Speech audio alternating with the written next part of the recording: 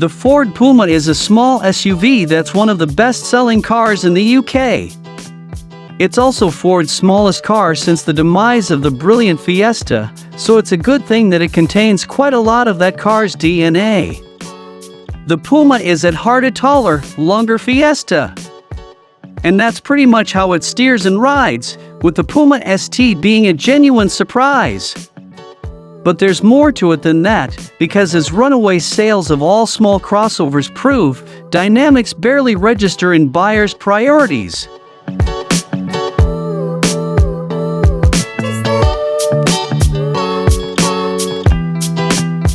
The Puma's not the quietest car at speed, but then you hardly expect Mercedes S-Class refinement at this price. It's absolutely fine on the motorway, with really little enough to complain about. The modest 1.0-liter turbo 3-cylinder engine might not sound like much, but the 155 horsepower version picks up strongly at motorway speeds when you need to get a move on, and even the 125 horsepower version feels a little more muscular than you might expect, thanks to the extra little bit of assistance that the mild hybrid system adds. Regardless of output, every Puma routes power to the front wheels through a 6-speed manual transmission. We'd wager that an automatic gearbox, all-wheel drive, and a 4-cylinder engine will be available if Ford brings the small crossover stateside in the next few years.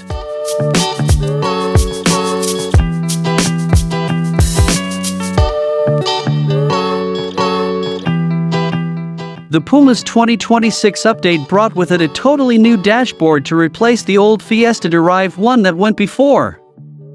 Unfortunately, while technology levels took an uptick, design, ease of use, and material quality all took a dive in the process.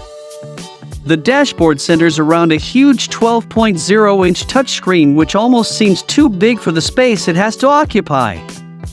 It has to be big as it contains almost all of the Puma's controls. A few shortcut keys underneath it are all you get outside of the steering wheel buttons.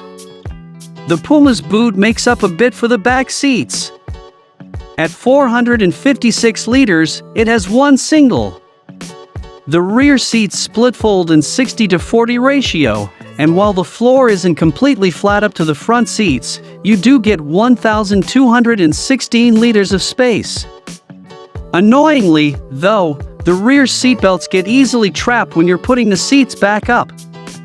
Basic Pumas come with rear parking sensors, forward collision warning with automatic braking that can detect pedestrians and cyclists, cruise control with a speed limiter that can rear road signs and automatically adjust, lane-keeping steering, and automatic headlights with an automated high beam system that dips the lights for you at night.